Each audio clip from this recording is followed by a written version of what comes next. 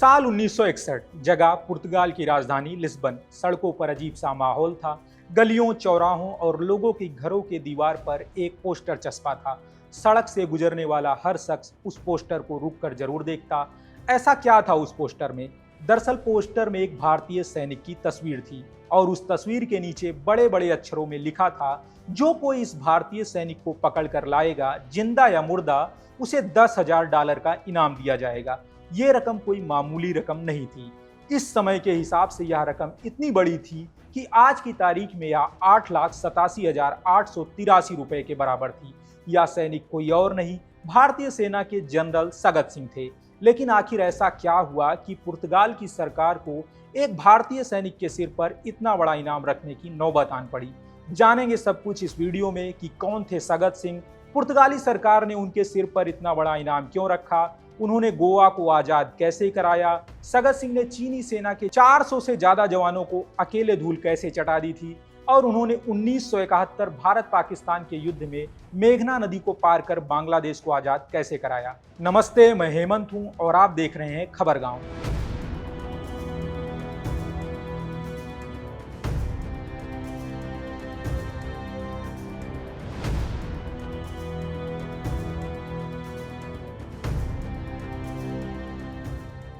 कहानी शुरू होती है राजस्थान के बीकानेर से। 14 जुलाई 1919 को कुसुमदेसर गांव में एक बच्चे का जन्म हुआ। परिवार वालों ने नाम रखा सगत सिंह।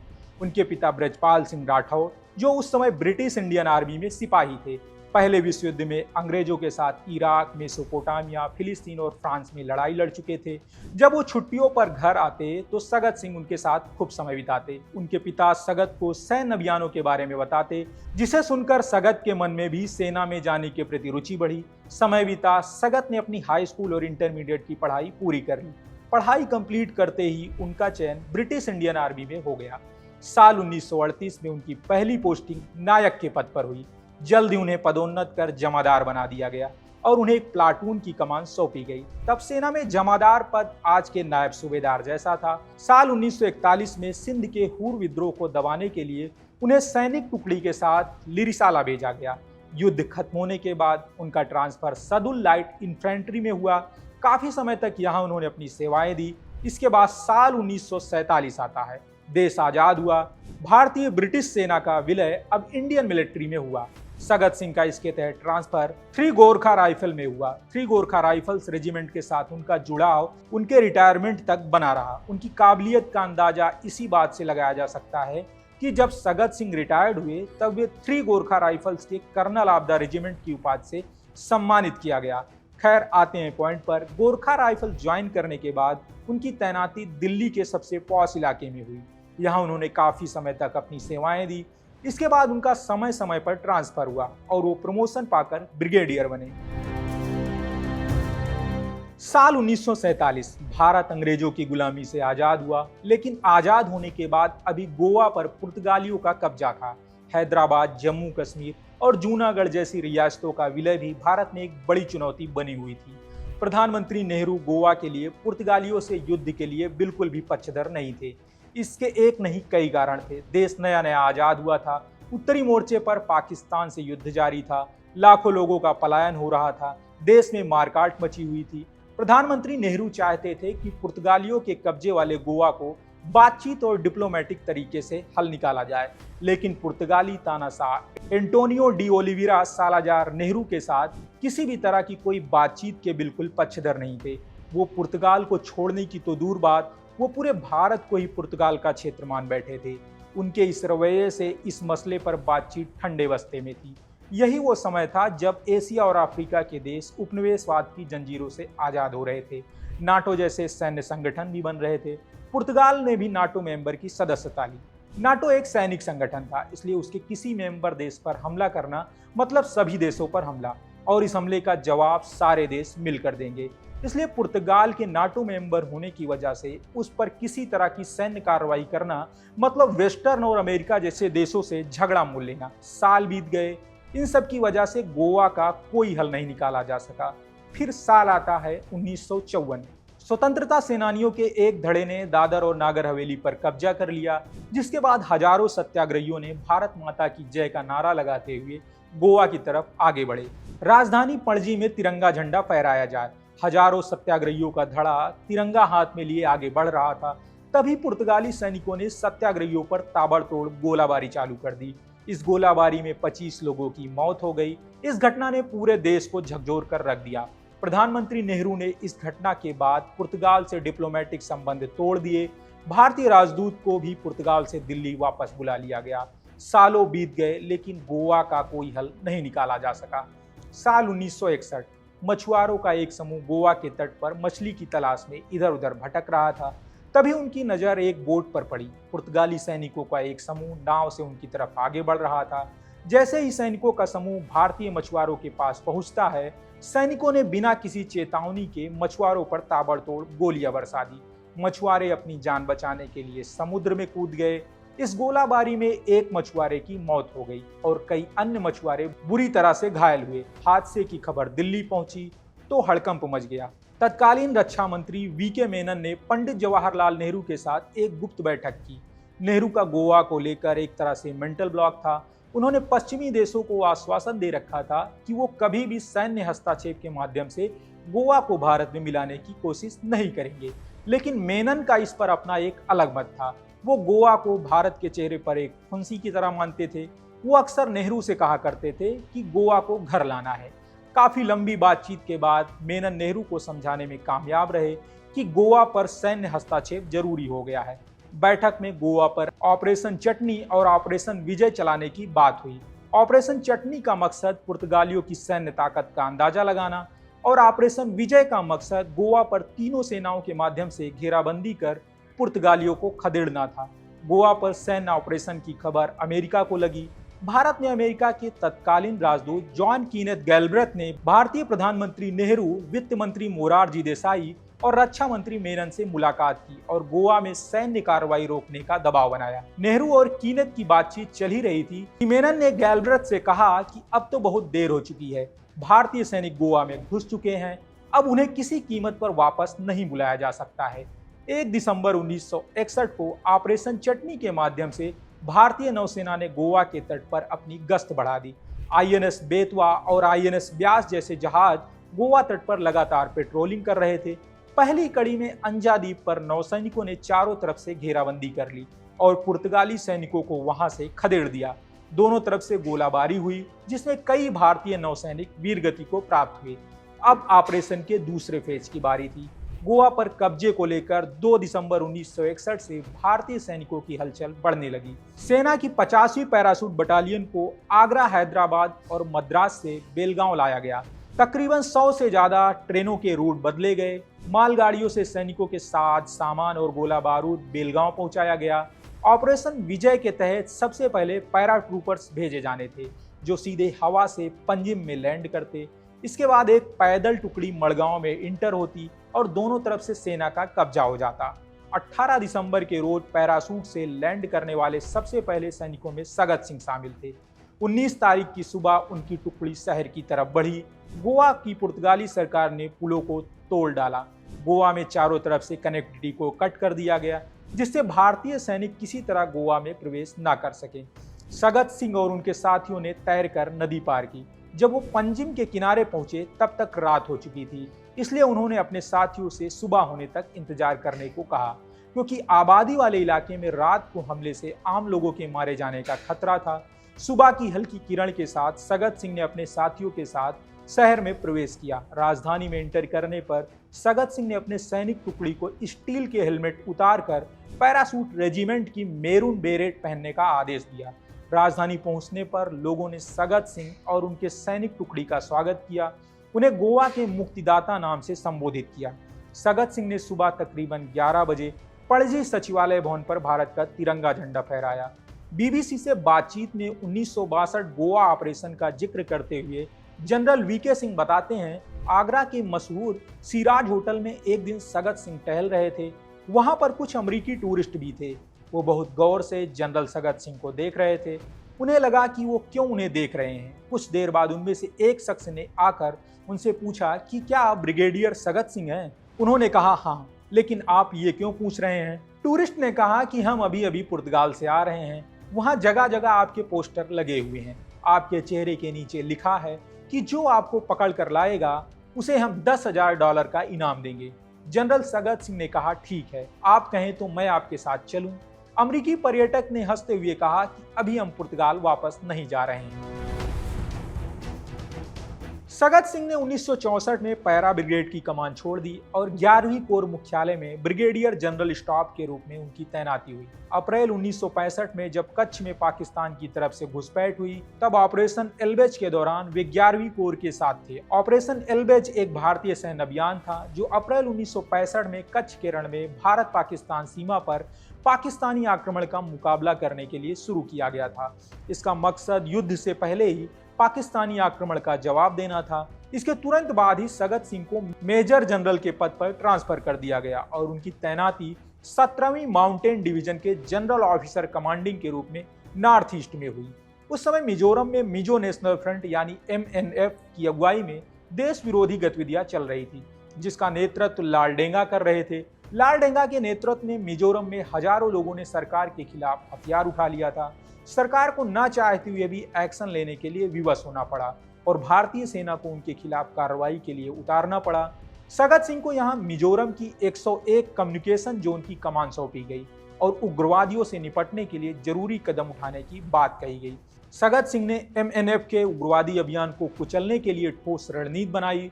उन्होंने सैन्य कार्रवाई से पहले लोकल लोगों के साथ घुलने मिलने और उनका विश्वास जीतने पर फोकस किया। इसके बाद सगत सिंह ने अपनी प्लानिंग के तहत उग्रवादियों के साजो सामान और खाद्य आपूर्ति लाइन को काटा।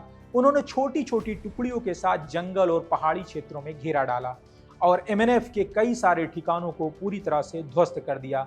इस तरह सगत सिंह ने मिजोरम में उग्रवादियों की मंशा पर पानी फेर दिया। उनकी इस भूमिका के लिए उन्हें परम विशिष्ट सेवा पदक से बाद में सम्मानित किया गया। 1962 में भारत और चीन के बीच युद्ध होता है। संसाधनों की कमी से भारत वह युद्ध हार जाता है। घटना के बाद दोनों देशों के बीच संबंध शिथिल पड़ गए। दोनों देशों ने अपने अपने राजदूतों को वापस बुला लिया था, लेकिन दूतावासों में कुछ लोग डिप्लोमेटिक कामकाज के लिए अभी भी दूतावास में तैनात थे। अचानक 3 जुलाई 1967 को चीन ने आरोप लगाया और कहा कि भारतीय दूतावास में काम कर रहे 2 भारतीय चीन में जासूसी कर रहे हैं, जिसके बाद चीनी सैनिकों ने चीन स्थित भारतीय दूतावास को चारों तरफ से घेर लिया। दूतावास में किसी के आने और जाने पर चीनी सैनिकों ने पूरी तरह से रोक लगा दी। इसके जवाब में भारत ने भी दिल्ली स्थित चीनी दूतावास की घेराबंदी कर दी। दोनों देशों के बीच तनाव बढ़ गया। ये आरोप प्रत्यारोप और दूतावास की घेराबंदी चल ही रही थी कि चीन ने एक और आरोप लगाया और कहा कि भारतीय सैनिक उनके सीमा क्षेत्र से भेड़ों को हाँक कर भारतीय सीमा में ले गए। चीन की तरफ से ये आरोप लग ही रहे थे कि भारत ने 20 अगस्त 1967 को सीमा पर कटीले तारों की घेराबंदी चालू कर दी, क्योंकि अक्सर दोनों देशों के बीच यहाँ सीमा को लेकर नोकझोंक होती रहती थी। सीमा पर भारत की तरफ से बाड़बंदी की बात जब चीन को पता चली तो चीन ने भारत को सिक्किम की सीमा पर नाथुला और जेलेपला की चौकियों को खाली करने का अल्टीमेटम दे दिया और किसी भी तरह की बाड़बंदी न करने को कहा। चीन इससे पहले भी 1965 भारत पाकिस्तान युद्ध के समय भी ऐसा अल्टीमेटम भारत को दे चुका था, लेकिन भारत ने उसके इस अल्टीमेटम को अनसुना कर दिया था। खैर, आते हैं पॉइंट पर। उन दिनों नाथुला चौकी पर जनरल सगत सिंह तैनात थे। चीन के इस अल्टीमेटम के बाद भारत की तरफ से दोनों चौकियों को यह संदेशा भेजा जाता है कि सैनिक दोनों चौकियों को तुरंत खाली कर दें और पीछे हट जाएं। इस आदेश के बाद जेलेपला चौकी के जवानों ने पोस्ट खाली कर दी और पीछे हट गए और चीन का उस पर कब्जा हो गया। लेकिन नाथुला चौकी पर तैनात जनरल सगत सिंह ने चौकी खाली करने से मना कर दिया और कहा कि किसी भी कीमत पर वो पीछे नहीं हटेंगे। जनरल सगत को इस बात का अंदाजा था कि नाथुला जो कि ऊंचाई पर है और लड़ाई में इसका फायदा जरूर होगा। चीनी सैनिक इतनी आसानी से इस चौकी को हासिल नहीं कर पाएंगे और इस जगह से हटना मतलब कि चीन के पूर्वोत्तर भाग का भारत से कट जाना था। फिर क्या, 23 अगस्त 1967 को चीनी सैनिकों का एक बड़ा दल नाथुला चौकी के करीब आ गया। उनके हाथों में राइफल थी। भारतीय सैनिकों के करीब आने के बाद चीनी सैनिकों में से एक सैनिक ने अपने बस्ते से एक किताब निकाली और कुछ पढ़ना शुरू कर दिया, जिसके बाद चीनी सैनिक टुकड़े के बाकी सैनिक भी उसकी पढ़ी हुई बात को दोहराते। काफी देर तक ये सब होता रहा। भारतीय सैनिक उनकी इस तरह की हरकत को खड़े होकर देख रहे थे। कुछ घंटों के बाद चीनी सैनिक वापस चले गए। सैनिकों के वापस जाने के बाद भारत ने कटीले तारों को लगाने का काम वापस से शुरू कर दिया। कुछ दिन बीत जाने के बाद चीनी सैनिक वापस फिर आते हैं। चीनी नेता और नाथुला चौकी पर तैनात ब्रिगेडियर राय सिंह के बीच चौकी खाली करने को लेकर जमकर बहस हुई। घटना के बाद बाड़बंदी का काम फिर से रोक दिया गया। काफी दिनों तक ऐसा चलता रहता है। चीनी सैनिक आते, बहस करते और वापस चले जाते। बाड़बंदी का काम रुकता और फिर चालू होता। 7 सितंबर सैकड़ों की संख्या में चीनी सैनिक भारतीय चौकी पर आते हैं और बाड़बंदी का काम रोकने को लेकर उनसे भिड़ जाते हैं।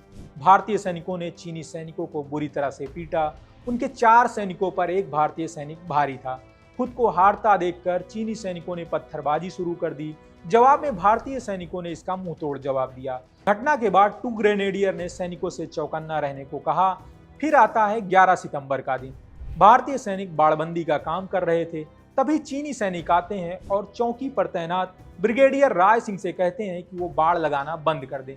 राय ने बाड़ लगाने का काम रोकने से मना कर दिया। ये बहसबाजी हो ही रही थी कि चीनी सैनिकों ने भारतीय सैनिकों पर ताबड़तोड़ गोलाबारी शुरू कर दी। उस समय ज्यादातर भारतीय जवान बाड़बंदी के काम में व्यस्त थे, वो निहत्थे थे। चीनी सैनिकों की इस गोलाबारी से कई भारतीय सैनिक बुरी तरह से घायल हो गए। चीनी सैनिकों की तरफ से लगातार गोलाबारी जारी थी। चारों तरफ से खुला मैदान, कहीं कोई छिपने की जगह नहीं। जनरल सगत सिंह अपने साथी सैनिकों की हालत देखकर आग बबूला हो गए। अपने साथी जवानों की जान बचाने के लिए उनके पास एक ही ऑप्शन था, चीनी सैनिकों की बंदूक का जवाब तोप से दिया जाए। सगत सिंह ने अपने सैनिकों की जान बचाना प्राथमिकता समझी और उन्होंने अपने सैनिकों से चीनी सैनिकों की बंदूकों का जवाब तोप से देने का आदेश दिया। फिर क्या, एक के बाद एक गोले चीनी सैनिकों पर बरसा दिए गए। इस हमले में 400 से ज्यादा सैनिक मारे गए और कई चीनी सैनिक घायल हुए। कई दिनों तक ऐसा ही चलता रहा। जनरल सगत सिंह ने चीन के कई सैन्य ठिकानों को तोप से तबाह कर दिया। 13 सितंबर को चीनी सैनिकों ने युद्ध विराम की घोषणा कर दी। इसके बाद दोनों तरफ से मारे गए सैनिकों की शवों की अदला बदली हुई। दिसंबर 1970 में सगत सिंह लेफ्टिनेंट जनरल के पद पर पदोन्नत हुए। प्रमोशन के बाद उनकी तैनाती असम के तेजपुर में हुई। यही वह समय था जब पूर्वी और पश्चिमी पाकिस्तान में विद्रोह की ज्वाला भड़क रही थी। पूर्वी पाकिस्तान में जुल्म ढाए जा रहे थे। बड़ी संख्या में लोग भारत की तरफ पलायन कर रहे थे। सीमा पर गंभीर मानवीय संकट आन पड़ा था। पाकिस्तान ने 3 दिसंबर 1971 को भारत की पश्चिमी सीमा पर हमला बोल दिया। भारत के कई सैन्य ठिकाने पूरी तरह से तबाह हो गए। जवाब में भारतीय सेना ने भी पाकिस्तान के कई ठिकानों पर हमले किए, जिसके बाद दोनों देशों के बीच तनाव बढ़ गया। प्रधानमंत्री इंदिरा गांधी ने पाकिस्तान पर हमले का आदेश दे दिया। लेफ्टिनेंट सगत सिंह, जो पश्चिमी सीमा पर तैनात थे, उनकी बटालियन को मेघना नदी को पार कर आगे बढ़ने का आदेश दिया गया। मेघना नदी बांग्लादेश की सबसे बड़ी नदियों में से एक है और इसे पार करने का एकमात्र रास्ता पुल ही था, जिसे युद्ध के चलते पाकिस्तान सेना ने पूरी तरह से ध्वस्त कर दिया था, जिससे भारतीय सैनिक किसी भी कीमत पर ढाका में प्रवेश न कर पाए। सगत सिंह के सामने अब बस एक ही चारा था, या तो वो नाव से नदी को पार करें या फिर हवाई मार्ग से। लेकिन नाव से पुल पार करना काफी जोखिम भरा था। इसलिए जनरल सगत सिंह ने मेजर जनरल बीएफ गोंसाल्वेस के साथ मिलकर एक प्लान बनाया, क्यों न सैनिकों को हवाई मार्ग से राजधानी ढाका में उतारा जाए। फिर क्या, सिर्फ 9 MI-4 हेलीकॉप्टरों की मदद से 60 बार में 584 सैनिकों को एयर ड्रॉप किया गया। सैनिकों ने ढाका पहुंचकर दाऊदकोंडी और चांदपुर जैसे ठिकानों पर कब्जा कर लिया। ये कदम जनरल सगत ने बिना उच्चाधिकारियों की अनुमति के उठाया था और उनके इस कदम से जनरल जगजीत सिंह अरोड़ा इतने नाराज हुए कि उन्होंने सगत सिंह को फोन पर चेतावनी देते हुए वापस आने की हिदायत दे डाली थी। लेकिन जनरल सगत सिंह टस से मस नहीं हुए और उन्होंने जनरल अरोड़ा को जवाब दिया, ओवर माई डेड बॉडी, यानी लौटेंगे तो मेरी लाश के ऊपर से जाना पड़ेगा। भारतीय सेना में उनको वही मुकाम हासिल है जो अमेरिकी सेना में जनरल पैटन और जर्मन सेना में रोमेल को हासिल था। सगत सिंह को उनके उत्कृष्ट योगदान को देखते हुए उन्हें पद्म भूषण से सम्मानित किया गया। सगत सिंह ने अपने जीवन में कभी कोई जंग नहीं हारी। गोवा मुक्ति से बांग्लादेश निर्माण तक उनकी रणनीति ने सेना को नई ऊंचाइयां दी। वे सैनिकों के सैनिक थे, आगे रहकर लड़ते, खतरे में डूबते। 30 नवंबर 1976 को जनरल सगत सिंह अपने पद से रिटायर्ड हो गए। इसके बाद वह अपने शहर जयपुर चले गए और वहीं रहने लगे। 26 सितंबर 2001 को नई दिल्ली के सैनिक अस्पताल में उन्होंने अपने जीवन की अंतिम सांस ली। तो ये थी सगत सिंह से जुड़ी पूरी कहानी। आपको ये कहानी कैसी लगी, आप हमें कमेंट बॉक्स में जरूर बताएं और देखते रहें खबरगांव। धन्यवाद।